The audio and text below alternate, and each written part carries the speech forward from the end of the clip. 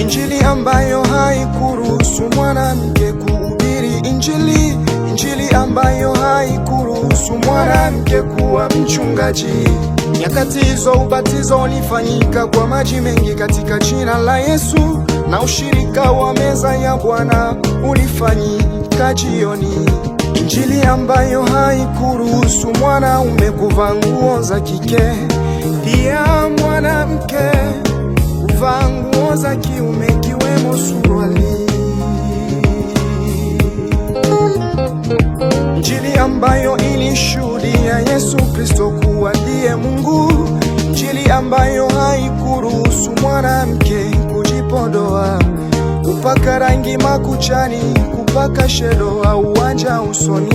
Injili iliyomtaka mwanamke kujistiri katika mavazi yake. Injili iliyopiga vita rushwa, ulevi na uzinzi kwa waliookoka, wizi, wivu, fitina na masengenyo.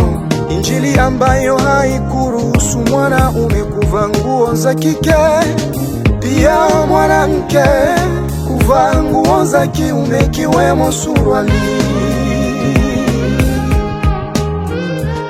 Kumbukumbu la Torati 22:5 inasema, mwanamke asivae mavazi yampasayo mwanaume, wala mwanaume asivae mavazi yampasayo mwanamke.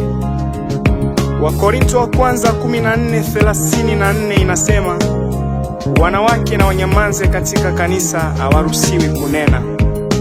Petro wa kwanza 3:1-7 inasema, mwanamke asijipodoe kwa nje kabisa, bali kujipamba kwake kuwe utu wa moyoni usioonekana, katika mapambo yasiyoharibika, yani roho ya upole na utulivu, iliyo ya thamani kuu mbele za Mungu. Matendo 2:38 inasema, ubatizo ni katika jina la Yesu Kristo. Matendo 19:1-5 inasema, ubatizo ni katika jina la Yesu Kristo.